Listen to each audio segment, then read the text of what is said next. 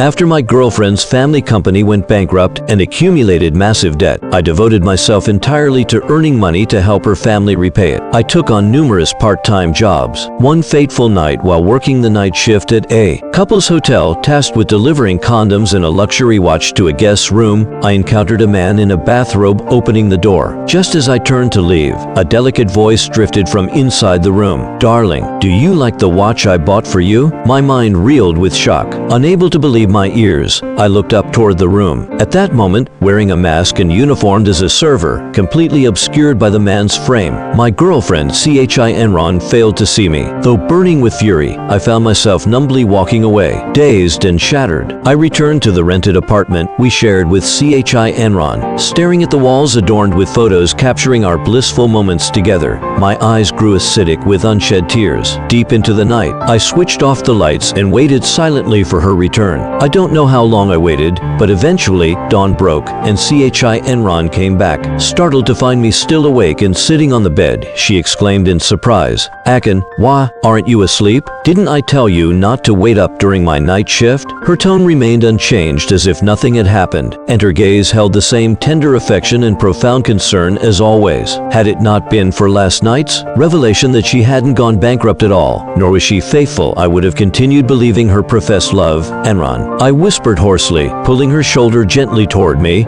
my voice trembling with fear. "You promised you'd never lie to me." CHI Enron hesitated briefly before softly patting my back. "I won't leave you," she murmured soothingly. She dismissed my plea as mere insecurity, utterly ignoring the words "don't lie." Right then, her phone buzzed. Glancing at the screen where the contact was labeled "Dear Blue Friend," her eyes flickered with panic before settling into composure. "Work emergency," she said abruptly. "Be right back." Before I could respond, she rushed out. The fragile warmth reignited in my chest plunged back into ice. When she finally returned, exhaustion etched across her face. She said, "Chen, there's an issue at my hotel. The manager needs me urgently. Stay here and wait for me." As she turned to leave, I grabbed her wrist desperately, my throat raw. "Can't you stay?" Unaccustomed to defiance from me, she frowned, but pried my hand loose. "I'll be quick," she insisted, vanishing without looking back. Staring at my empty hand, waves of sorrow crashed over me. 6 months earlier, CHI Enron had been everything. Campus beauty queen,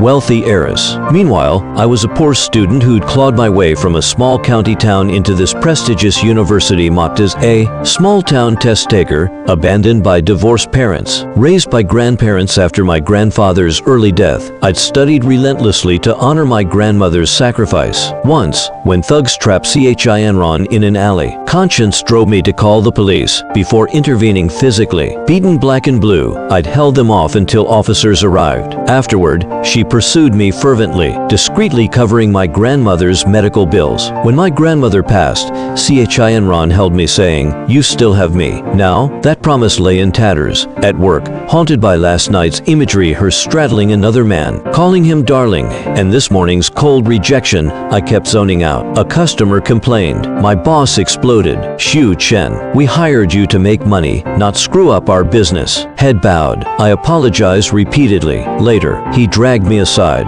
"VIP client specifically requested you. Don't mess this up. It's a huge commission." Hope warred with dread as I entered the massage room and froze. There sat Shen Yan, the man from the hotel. Ice flooded my veins. Research that morning confirmed it. Heir to the powerful Shen family, betrothed to CHI Enron, the bankrupt heiress who drained my life savings, over 500,000 yuan, while lying about everything. "You are Xu Chen?" Shen Yan sat slumped in the plush armchair, eyes closed lazily as he spoke to me, his master. When he didn't get a reply, he cracked open one eye, smirking maliciously. "I'm Enron's fiancé, now you know, right?" His voice dripped with condescension. "If I were you, after learning she doesn't love you, well, you'd know when to back off. Maybe you didn't hear those 500,000 you gave her to pay off debts? She used it to buy me a watch. Funny thing, you even delivered it yourself." Shen Yan lifted his wrist, deliberately flashing the timepiece inches from my face. Each word landed like a hammer blow. My fury erupted. With a violent shove, I sent him sprawling, chair and all, onto the floor. He hit the ground with a sickening thud, teeth clattering in pain. "You'll regret this, Xu Chen. Just wait." The commotion drew our boss, who burst in,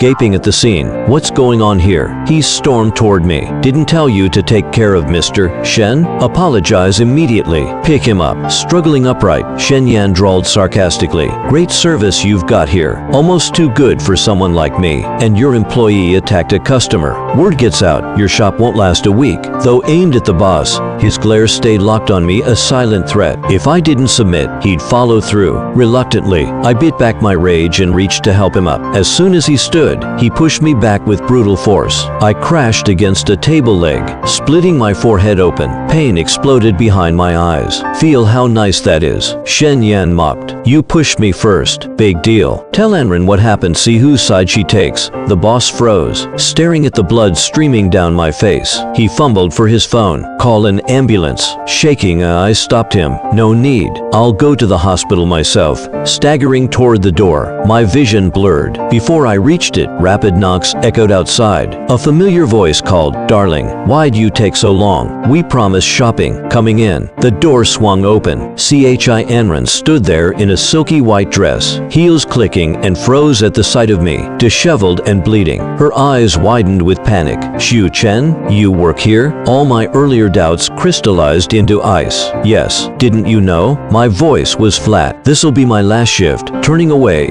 I added coldly, we're over. Her face crumpled. Wait, let me explain. Save it. I cut her off. I gave you a chance this morning. You chose lies. From behind her, Shen Yan interjected smoothly. Anren, Grandpa's asking when we'll join him for dinner. She hesitated, then stepped back beside him. Her heels clicked like a taunt as they walked away. After stitches at the hospital, I returned to my rented room, called the landlord, ending the lease, packed everything, moved into a new place near campus. Time to focus on grad school. I am already a junior this year. For the past 2 years, I worked myself to the bone at every side hustle I could find to pay off CHINNS debts. So postgraduate plans went out the window. The day I moved out of our rental, she stormed the campus. Xu Chen, why aren't you answering my calls? She strode up, fuming, designer heels clicking back in full rich girl mode now that the bankruptcy lie had been exposed. I looked her over with a smirk. Miss CHI, we're done. You faked bankruptcy, took my money, then used it to buy your fiancé a Patek. I haven't even asked for it back. What face do you have left to show up here? CHINN had never heard me use that tone. Before I could tell her to leave, a bright voice cut in.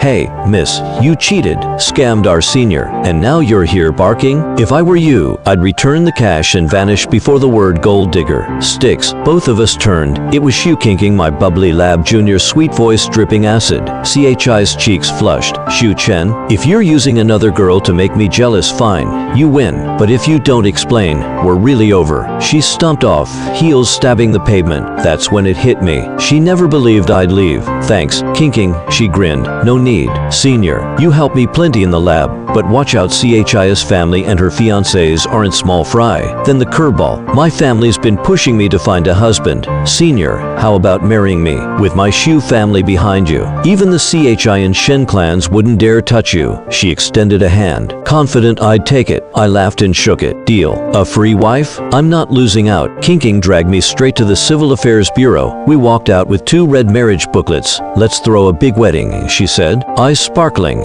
and invite CHINN and her fiancé. You want revenge? Nope, just staking my claim. Let everyone know you belong to Xu Kinking now. News of our wedding exploded online. CHINN went full drama queen. Xu Chen is my boyfriend. We never broke up. He cheated. He abandoned me after I paid his debts. Videos of her crying went viral. My school's forum lit up. My phone flooded with death threats. They even mailed dead rats and snakes to my door. I laughed. Internet mobs work both ways. I posted receipts. CHI's fake bankruptcy, screenshots of me covering her debts, hotel gifts, surveillance of Shen Yan humiliating me. Turns out the broke girl scammed me out of $500,000. My reputation flipped overnight. CHINN public princess, private con artist became the real villain. In the end, everyone realized that I was the one who'd been the hopeless romantic. CHINN tried to flip the script, but she barked too soon. There was a twist. They'd all misjudged me. Her reputation sank like a stone on campus. The guys who once swooned over her looks and sweet persona now flinched at the mere mention of CHINN. The new curse became, bro, I hope your girlfriend isn't CHINN, and the girl's new compliment. SIS, I hope you find a guy as devoted as Xiu Chen. That last one stung a little, but at least it wasn't malicious. Chin,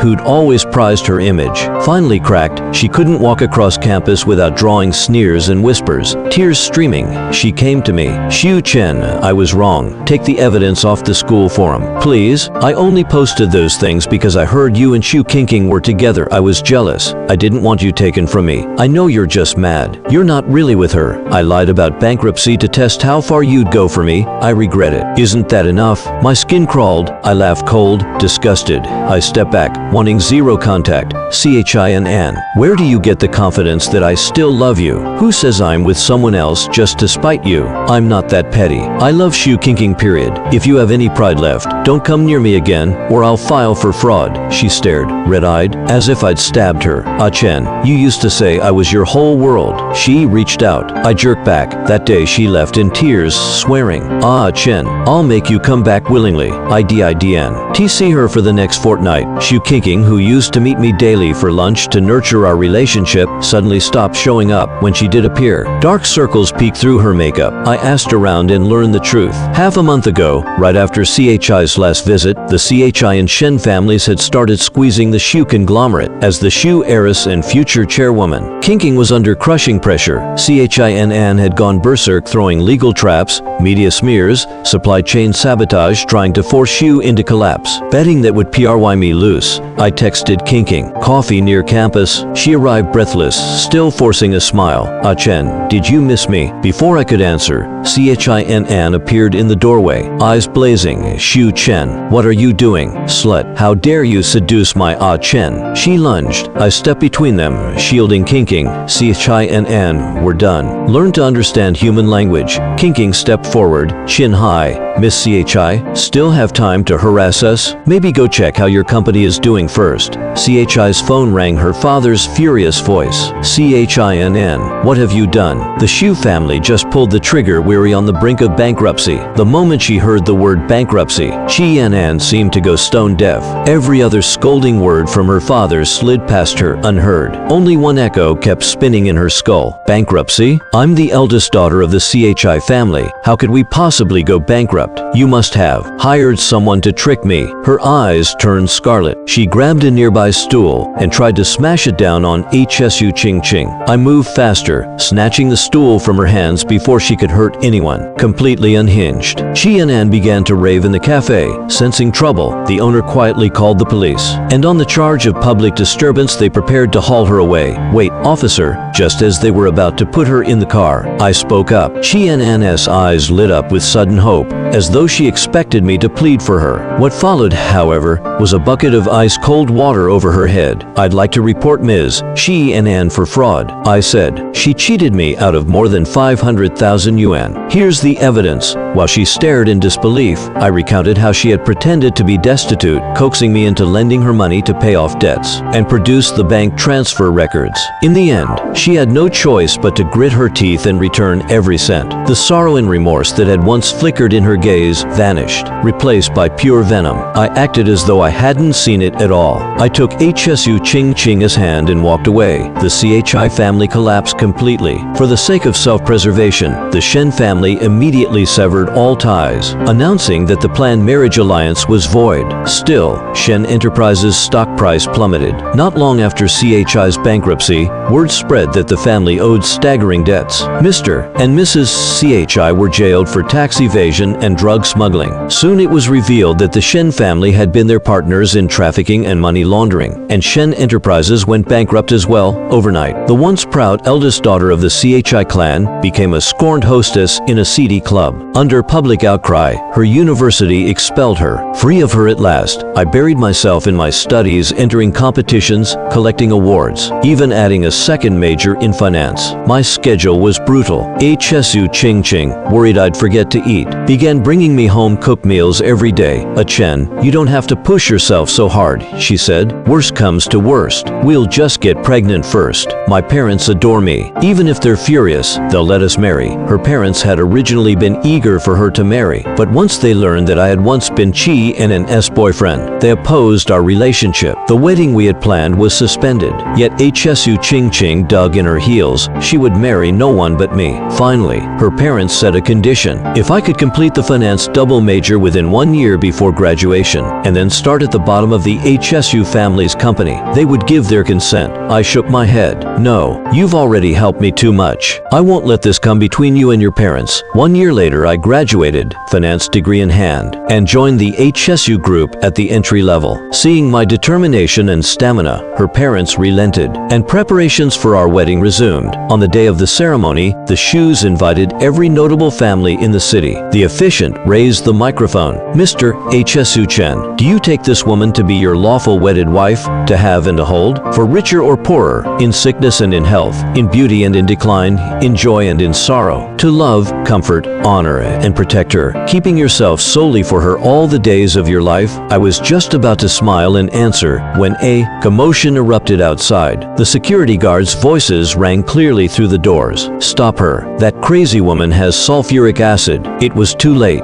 They hadn't held her back. Qianan burst in, clutching a large open glass bottle. Seeing me in my tuxedo and HSU Ching in her wedding gown, she laughed like a madwoman, her voice shrill. Who said you two could marry? Who said you could be happy? I won't allow it. Die, both of you. You ruined me. If I suffer, you'll suffer too. Guests screamed and scrambled backward, desperate to stay out of range. She raised the bottle to hurl its contents at us. Instinctively, I spun around, shoved HSU Ching aside, and shielded her with my own body. The acid splashed across my back. Fabric dissolved in seconds, skin charred to black, bone faintly visible. While Qianan shrieked, the guards seized the moment. One jabbed her with a taser. She convulsed, lost her grip, and the remaining acid tipped over, cascading onto herself. Writhing on the floor, her face, once still pretty, was eaten away beyond recognition. The police arrived moments later and arrested her for assault with a deadly weapon. HSU Ching called an ambulance. I was rushed to the hospital. The injuries were severe, but not life-threatening. After a month of rest, I was fully recovered. Qianan was prosecuted by the HSU family for attempted murder and sentenced to life imprisonment. A month later, HSU Ching and I held our wedding again, this time without interruption. Our second wedding was even more magnificent than the first. After the ceremony, Ching and I settled into a blissful life together. With sharp insight and steady determination, I worked my way up from the lowest rung of the HSU group. Her parents came to trust me completely, and the board of directors grew to respect me. In time, I was elected chairman of the entire HSU empire. Years later, someone brought me news from the prison. Qianan had lost her mind. Day after day, she muttered my name, babbling wildly. My Ah Chen, don't come near me. My Ah Chen will protect me. You're lying. Ah Chen loves me most. He'd never abandon me. When he comes for me, every one of you who bullied me will pay. She would weep and laugh in the same breath, her eyes shining with hope, utterly convinced I would arrive to take her away. Moments later, her face would twist. She'd jab a finger at the prison wall and scream, HSU Ching, you slut. How dare you seduce my Ah Chen? Just wait, I'll finish you off, you filthy bitch. Xu Chen, you dare to be with another woman and slander me? Scum. I'm the eldest daughter of the CHI family. Anyone who disrespects me will find themselves jobless once my father hears of it. Every day she raved until the authorities transferred her to a psychiatric hospital. The last thing I ever heard of her was that she swallowed a fistful of sleeping pills one night in that hospital and never woke. At the beginning of freshman year, it was scorching hot. The volunteers who were supposed to help me carry my luggage got overwhelmed, so they called over another senior, Su Chen, to assist. I wanted to add him on WeChat afterward to thank him, but he smiled and said it wasn't necessary, insisting it was just a small favor. Later, when I joined a lab relevant to my major, I discovered he was already there, serving as the team leader. All project communications went directly through him. Though I recognized him immediately, he seemed to have forgotten me. Over time in the lab, our interactions grew frequent. He struck me as witty, humorous, gentle, and exceptionally capable, qualities that made me slowly fall for him without even realizing it. But then came the crushing news. He had a girlfriend, Qianan, the eldest daughter of the wealthy Qi family. My budding teenage crush shattered instantly. Resigned, I resolved to respect their relationship and move on. Just when I thought my unrequited feelings would fade quietly, Su Chen abruptly quit the lab. Frantic, I approached our advisor only to learn he'd left for Qianan, claiming her family had gone bankrupt. leaving them drowning in debt and loans. He planned to work multiple jobs to pay off her burdens. Yet when I asked my parents about the Chi family's alleged ruin, my father scoffed. If the Kais went bankrupt, I'd throw a banquet tonight. Realization dawned.